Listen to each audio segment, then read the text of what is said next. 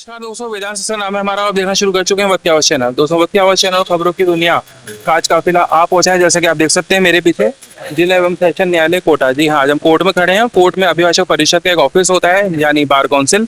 और bar council के जो अध्यक्ष है मनोज पुरी जी, आज हम उनसे बातचीत करेंगे, शिष्टाचार भेंट करेंगे, उनसे जानने की कोशिश करेंगे कि यहाँ के स्थानीय मुद्दे क्या हैं, वकीलों के हितों की रक्षा करने के लिए क्या प्रावधान है, और आगामी जो राजस्थान के अंदर उपचुनाव होने जा रहे हैं, इन पर वकीलों का तबका किस ओर जा रहा है, किस पार्टी की सरकार बनाने जा रहा है।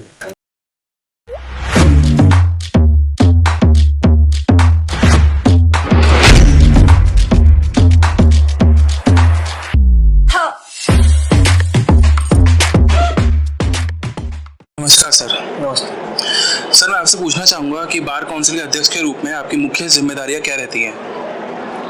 बार एसोसिएशन के अध्यक्ष के रूप में हमारे यहाँ लगभग 4000 वकील एनरोल्ड हैं। तो उनके हितों की सुरक्षा करना, उनको संगठित रखना, उनकी क्या परेशानियाँ हैं तो उसको दूर करना।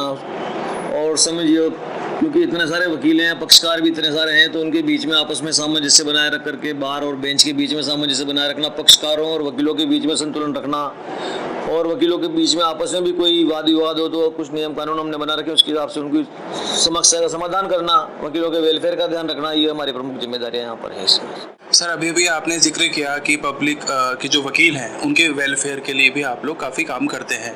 तो इसी से जुड़ा मेरा दूसरा सवाल ये है कि जो यहाँ पे एडवोकेट्स हैं और जो वकील हैं, इनके हितों की रक्षा करने के लिए आपके पास क्या प्रावधान है? वो क्या है कि मैं यहाँ पर इस बार अभी तीसरी बार अध्यक्ष बना हूँ इस बार एसोसिएशन कोटा का। एक बार मैं सेक्रेटरी बना 2010 में। उस समय एक एडवोकेट नयापुरा की जो पुलिया, उस टाइम एक ही पुलिया थी, उस पर आ रहा था और उस पर आते हुए एक ट्रक ने टक्कर मारी, उसका हाथ कट गया। एक युवा एडवोकेट था, उसको मुश्किल से 1 या 2 साल उसको अदालत में आते हुए थे। पीछे परिवार में देख रेख करने वाला कोई नहीं था। तो उस समय मेरे मन में विचार आया कि सरकार की तरफ से तो वकीलों को कोई सहायता ही नहीं, तो कोई ना कोई ऐसा काम इसमें किया जाए कि वकीलों के कल्याण के लिए जो वकीलों की संस्था हमने बना रखी है, कुछ न कुछ आर्थिक रूप से भी उसमें मदद करे। तो हमने वेलफेयर का काम शुरू किया यहाँ पर। और उस समय कोई वकील की बीमारी हो जाए, कुछ डेथ हो जाए, तो सबसे पहले 1 लाख रुपए का प्रावधान करके हमने उसको इसमें मंजूर किया था। अभी वर्तमान में वो बढ़ते बढ़ते मेरे बाद वालों ने भी उसको बढ़ाया, अभी भी हमने बढ़ाया। और इस प्रकार से अभी अगर कोई वकील को हार्ट अटैक हो जाए या किसी प्रकार की कोई परेशानी हो जाए, गंभीर बीमारी वाली, तो हम उसको 75,000 रुपये इनिशियल स्टेज पर हम तुरंत सहायता करते हैं। अगर किसी वकील की जो यहाँ पर रेगुलर प्रैक्टिस कर रहा है उसकी डेथ हो जाए, तो हम उसको 4.5 लाख रुपए उसके परिवार को सहायता के रूप में देते हैं। कोई छोटी मोटी बीमारियां हो जाए, बुखार उखार, फ्रैक्चर वगैरह आ रही, तो 25,000 रुपए तक की सहायता है। इस प्रकार से हमने एक वेलफेयर फंड वकीलों का बना रखा है, उसके माध्यम से हम उनको सहायता करते हैं। बार काउंसिल ऑफ राजस्थान है, वहाँ से भी सहायता मिलती है, लेकिन उसमें काफ़ी टाइम लग जाता है। हमारे यहाँ किसी की डेथ हो जाए तो हम 3 दिन में पैसे पहुँचा देते हैं, बीमार हो जाए तो अस्पताल में पैसे पहुँचाते हैं। इस प्रकार से तुरंत सहायता करते हैं। इस प्रकार से हम वकीलों का आर्थिक हितों का ध्यान रखते हैं। सरकार की तरफ से हम वकीलों के लिए किसी प्रकार के कल्याण का न तो कोई बीजेपी की सरकार ने किया, न कांग्रेस की सरकार ने किया, आज तक किसी ने भी नहीं किया। एक सर, मैं आपसे पूछना चाहूँगा कि जब भी कोई नया वकील बार काउंसिल के अंदर अपना रजिस्ट्रेशन कराता है, पंजीकरण कराता है, तो उस समय बार काउंसिल अध्यक्ष के पद पे आप बैठे होते हैं, तो आप किन योग्यताओं और मापदंडों का ध्यान रखते हैं? हमारे यहाँ रजिस्ट्रेशन कराने से पहले बार काउंसिल ऑफ राजस्थान में रजिस्ट्रेशन कराना पड़ता है। वहीं से ही कि भाई ये वकील के रूप में एनरोल्ड है, वहाँ वकीलों का जो रजिस्टर है उसमें एनरोल्ड होता है। तो उसके बाद उस सनद को लेकर के जब वो यहाँ आता है तो हम उसको सदस्य बनाते हैं हमारे यहाँ बार एसोसिएशन का। और देखते हैं क्रिमिनल बैकग्राउंड नहीं हो, उसकी डिग्रियाँ वगैरह, उसके कागज वगैरह सब सही हो वगैरह देख करके मुख्य रूप से इस एनरोल करने का काम बार काउंसिल ऑफ राजस्थान का है। हम उसके आधार पर सदस्य बना लेते हैं। अब जो भी उसको आवेदन करता है, अगर उसका क्रिमिनल बैकग्राउंड नहीं है और उसकी डॉक्यूमेंट्स वगैरह फोर्ड वाली उस पर चेक करके उसको बनाते हैं। अच्छा, कभी ऐसा हुआ कि कोई वकील आपके पास आया कि भाई मुझे पंजीकरण कराना है और उसका बैकग्राउंड आपको ठीक नहीं लगा, ठीक है, तो कभी आपने उसका जो बैकग्राउंड है वो वेरीफाई करके फिर आपने रद्द किया हो? ऐसा कोई आप एग्जांपल दे सकते हैं जो आपने रियल लाइफ में फेस किया हो? नहीं, अभी तक तो ऐसा कोई आया नहीं था मामला, क्योंकि बार काउंसिल ऑफ राजस्थान ही पहले इस प्रकार का एफिडेविट लेती है और आजकल वो पुलिस वेरिफिकेशन और डॉक्यूमेंट्स वेरिफिकेशन वगैरह सब कराने के बाद ही एनरोल वहाँ पर करते हैं। अभी एक वकील नाम नहीं लेना चाहता, उनका एक आया था मामला, उसके खिलाफ बाद में हो सकता है वकील बनने के बाद दर्ज हुए हों, लेकिन 18-20 प्रकरण थे जो पुलिस में उनके खिलाफ दर्ज हुए हैं। हमने बार काउंसिल ऑफ राजस्थान को उनकी शिकायत भेजी है और उसमें एक्शन हो रहा है, डिसिप्लिनरी कमेटी के पास उनका मामला भेजा है, कार्रवाई कर रहे हैं। तो बैकग्राउंड अगर क्रिमिनल है और हमें पता लगता है तो हम निश्चित रूप से कार्रवाई करने के लिए, क्योंकि वकील है या नहीं इस बात का लाइसेंस देने का अधिकार बार काउंसिल राजस्थान को है, हमारे को नहीं है। हम उसमें कार्रवाई करने के लिए वहां पर रेफर कर देते हैं। अभी हमने रेफर किया है एक मामला। एक सर, जिस तरह से अभी माहौल चल रहा है देश के अंदर, और अभी आपने सुना होगा कि जो एनसीपी गुट के नेता थे बाबा सिद्दीकी, उनकी निर्मम हत्या कर दी गई। तो इसके पीछे मेरा आपसे सवाल पूछने का कारण ये है कि जो गैंगस्टर हैं लॉरेंस बिश्नोई जैसे, वो जेल में बैठकर पूरा प्लान करते हैं हाई प्रोफाइल लोगों को मारने का, और बाहर जो उनके शूटर हैं वो उसको एग्जीक्यूट कर देते हैं। तो क्या ये जेल का जो शासन है, जो वहाँ के जेल के जो स्टाफ हैं, जो जेलर हैं, क्या ये इनकी अनदेखी है या फिर ये जान करके अपनी आंखों पे पट्टी बांध लेते हैं और इस तरह के क्राइम को होने देते हैं? देखो, जेल में बैठ करके और गैंग चलाने का काम आज से नहीं हो रहा है, बरसों से हो रहा है। सरकारें किसी की भी रही हो, जेल के अंदर से आदेश होते हैं और बाहर लोगों को शूट कर देते हैं। ये जो बाबा सिद्दीकी वाला मर्डर है, इसमें मैंने अभी टीवी पर देखा था, खुद ने भी सुना था, कोई बहस हो रही थी, तो उसमें उनकी पार्टी के नेता कह रहे थे कि जिस प्रकार का दिख रहा है वैसा वास्तव में नहीं। बाबा सिद्दीकी क्या काम करते थे, क्या नहीं करते थे, हमें पता है और पुलिस इसकी तस्दीक कर रही है। और अभी जो प्राइमरी जो एविडेंस आई है और पुलिस ने जो इन्वेस्टिगेशन किया है, उसमें वो खुद पुलिस वाले कह रहे हैं कि इसमें लॉरेंस गैंग का हाथ नहीं है, किसी दूसरे आए और उस एंगल से वो जांच कर रहे हैं। लेकिन अगर जेल में रहकर के कोई इस प्रकार से मर्डर करवाता है तो प्रशासन की, शासन की बहुत बड़ी विफलता है। और उसको सीधा सीधा इस तरह से देखा जाना चाहिए कि कोई ना कोई पॉलिटिकल पार्टीज या पॉलिटिकल आदमी उनको प्रोटेक्ट करता है, तभी जाकर के जेल में बैठ करके ऐसा संभव है। वरना तो हम देख रहे हैं यूपी में जो योगी जी ने जिस प्रकार से राज स्थापित किया, किसी गैंगस्टर की हिम्मत ही नहीं पड़ रही कि वो यूपी के अंदर इस प्रकार की कोई घटना कर सके। जहाँ पर भी शासन को सख्त होना चाहिए, कानून सख्त होना चाहिए, चाहे किसी की भी सरकार हो।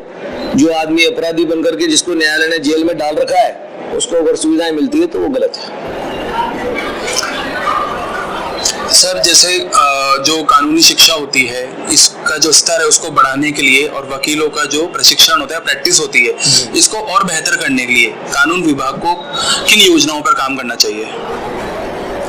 एक तो जो दिन रात नई नई प्राइवेट जो खुल रही है यूनिवर्सिटियां और प्राइवेट लॉ कॉलेज खुल रहे हैं, सरकार को इनके ऊपर कड़ी निगरानी रखना चाहिए। बच्चे रेगुलर कोर्ट वहाँ कॉलेज में जाते नहीं हैं, फीस जमा हो जाती है और बाद में 6 महीने बाद परीक्षा देते हैं, फिर 6 महीने का एक सेमेस्टर पूरा हो जाता है। तो ये जो पैसे के मात को कमाने की जो व्यवस्था बनी है, केवल मात्र शिक्षा के नाम पर अर्थ कमाने का जो धंधा बना हुआ है ना, इसको बंद होना चाहिए। सरकार जिस भी कॉलेज को मान्यता दे, जिस भी यूनिवर्सिटी को मान्यता दे, सख्ती से उस पर निगरानी हो। बच्चा रेगुलर वहां जाए, वो जाएगा तो पढ़ेगा तो सीखेगा।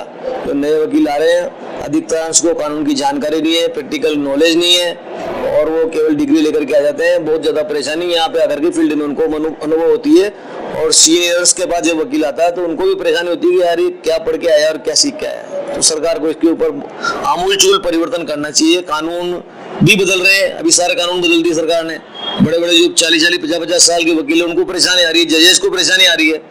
तो अगर प्रैक्टिकल रूप से पढ़ करके वास्तव में अध्ययन करके एक बच्चा निकलेगा तो देश के लिए भी अच्छा है। जो यहाँ न्याय प्राप्त करने के लिए लोग उनके पास उम्मीद से आते हैं, उसको खुद को भी पता नहीं है तो वो क्या उम्मीद देगा किसी को न्याय की, उसके लिए भी अच्छा है। तो सरकार को इसमें सख्ती बरतनी चाहिए। सर, जैसा कि हमें अभी पता लगा जब हम ग्राउंड रिपोर्टिंग कर रहे थे वकीलों के साथ में, तो आप 2023 के अंदर भारी मतों से जीतकर और बार काउंसिल के अध्यक्ष बने। तो अपने कार्यकाल और उपलब्धियों के बारे में रोशनी डाली है। वो 1 साल का कार्यकाल जो होता है बहुत कम और छोटा होता है। बीच में केंद्र सरकार के चुनाव हुए, आचार संहिता लग गई, किसी प्रकार के कोई काम सरकार के माध्यम से उसके माध्यम से नहीं, उसके 3-4 महीने उसमें निकल गए, बची 4-5 महीनों का टाइम बचा है। तो हमारे आपने देखा होगा अभी पास में जो नई बिल्डिंग अभी बनी है, इसको बना तो दिया, लेकिन इसमें ऐसी व्यवस्था नहीं रखी कि अगर बरसात आएगी तो इसमें पानी का बचाव कैसे होगा। बारिश आती है तो चारों तरफ से इसमें पानी घुसता था। अभी हमने बाहर एसोसिएशन के माध्यम से इसमें चारों तरफ ये टीन शेड लगा करके ऐसी व्यवस्था कराई कि बरसात में लोग बैठ सके, वरना चारों तरफ से पानी जाता तो बिल्डिंग का बनना नहीं बनना बराबर हो गया था। और सारा जो हमारा परिसर है, सरकार का कोई ध्यान नहीं है, इतना छोटा पड़ रहा है, इसमें बैठने की व्यवस्था ढंग से नहीं है। तो इसमें जिधर देखो उधर पानी से छीटम छाटम। तो अभी पूरे जगह के जितने भी है सारे टीन शेड हमने ठीक करवाए हैं। ये संभाग की सबसे बड़ी अदालत है। 65 से ज्यादा अदालतें यहाँ चलती है। 10,000 लोग लगभग यहाँ पे डेली आते हैं। एक कैंटीन ढंग की नहीं थी। ये जो कैंटीन का एरिया बना हुआ है, आपने देखा होगा, पीछे दुकानें हैं, वहाँ वकीलों ने, लोगों ने अपने अपने हिसाब से छोटे छोटे टीन शेड, त्रिपाल डाल रखे हैं। किसी ने प्लास्टिक की पन्नी डाल रखी है, जैसे कुछ कच्ची झुग्गी बस्ती में होता है, ऐसी व्यवस्था थी।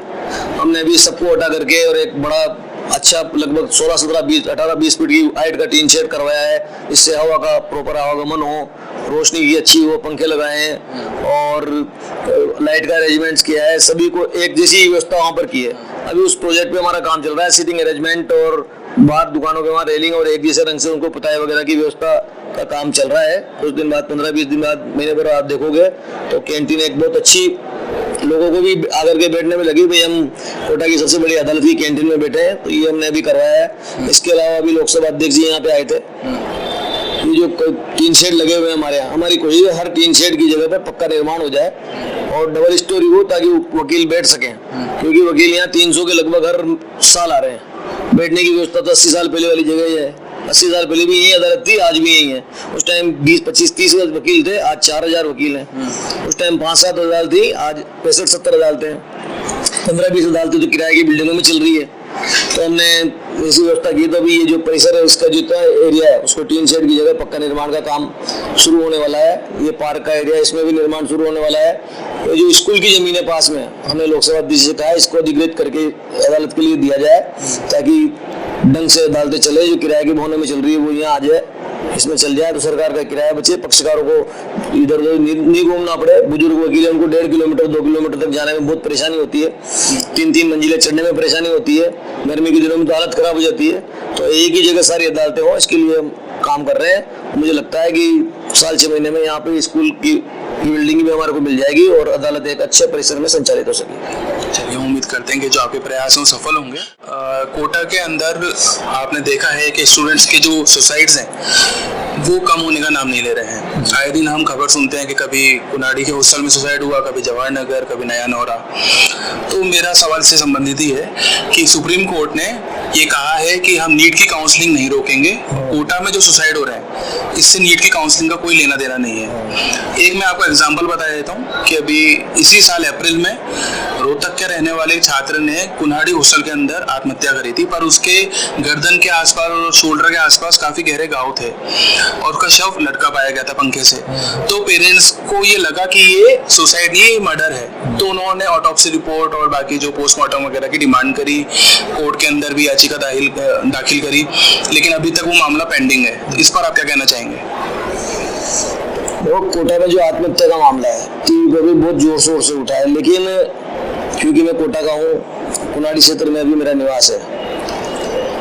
आत्महत्या का जहाँ तक प्रकरण मामला है, तो कहीं पर भी किसी भी बच्चे को सुसाइड करे, ये समाज के लिए एक बहुत दुखद व्यवस्था है, दुखद है। हम सबके बीच में रहने वाला बच्चा अपने आप को इतना असहज और असहाय महसूस कर ले कि वो अपने प्राण ही छोड़ दे, तो इससे बड़ी तो बात हो नहीं सकती। लेकिन साथ में ये है कि सीकर में, बेंगलोर में, बॉम्बे में और जो बड़े सिटीज हैं, वहाँ पर कोटा से बहुत ज्यादा आत्महत्याएं हो रही है। लेकिन प्रचार प्रसार कोटा का इस कदर कर दिया कि आप उसका रिजल्ट देख रहे हैं। कोटा की जो अर्थव्यवस्था की दूरी ये कोचिंग है, उसमें इस बार बच्चे 50% रह गए। लोगों के मन में, पेरेंट्स के मन में ये बिठा दिया गया कोटा में तो बच्चा आत्महत्या करता है, लेकिन ये नहीं बिठाया कि कोटा में आने वाला बच्चा कितने परसेंटेज में जाकर के सक्सेस हो रहा है। IIT में, मेडिकल में कितने कोटा के बच्चे जाकर के एडमिशन मिल रहे हैं और बाहर वालों को कितने परसेंटेज में मिल रहा है, ये भी हमारे को देखना चाहिए। और थोड़ा सा प्रशासन को, जो हॉस्टल संचालन करने वाले हैं, उनको अपने थोड़ा आर्थिक हित से ऊपर उठ करके, बाहर से बच्चा आया है, छोटा बच्चा है, हमारे बच्चों की बराबरी है, तो हमें ये देखना चाहिए कि भाई ये बच्चे अपने आप को अकेलापन महसूस नहीं करें, उनको फैमिली माहौल हम दें। उनको कोई परेशानी है, बीमार है, तो उसको हॉस्पिटल दिखाएं, डॉक्टर को दिखाएं, उसके घर वालों को, पेरेंट्स को उसकी समस्या बताएं। कोचिंग वाले को भी केवल प्रोफेशनल रूप में लाख रुपए, 1.5 लाख रुपए, 2 लाख रुपए एक बार ले लिए और उसके बाद बच्चा आ रहा है कि नहीं आ रहा है, इसका ध्यान नहीं है, तो ये गलत है। बच्चे दूसरे का कार्ड पंच कर देते हैं और वो बच्चा बाहर सिगरेटें फूंक रहा है। जो दुकान वाले हैं, हॉस्टल के नीचे मकानों में जिन्होंने दुकानें लगा रखी है अपने अपने मकानों में, मोहल्ले में, उसमें अगर 16-17 साल का, 18 साल का बच्चा सिगरेट पी रहा है, तो उसको बच्चों को वहीं पर टोकना चाहिए। ये नहीं सोचना चाहिए कि हमें क्या मतलब, हम तो सिगरेट बेच रहे हैं 5 रुपए के। वो 5 रुपए का लाभ छोड़ करके जब हम बच्चों को आपस में टोका टोकी करेंगे, उसके पेरेंट्स को फोन करके उसकी सूचना देंगे, तो मुझे लगता है कि ये जो आत्महत्याओं का कारण है ये रुक जाएगा। पेरेंट्स को प्रॉपर जानकारी होगी तो निश्चित रूप से वो रोक लगाएंगे। और पेरेंट्स को ये सोचना चाहिए कि मेरे बच्चे की कैपेसिटी क्या है, उसकी मेंटल एबिलिटी उसको देखना चाहिए।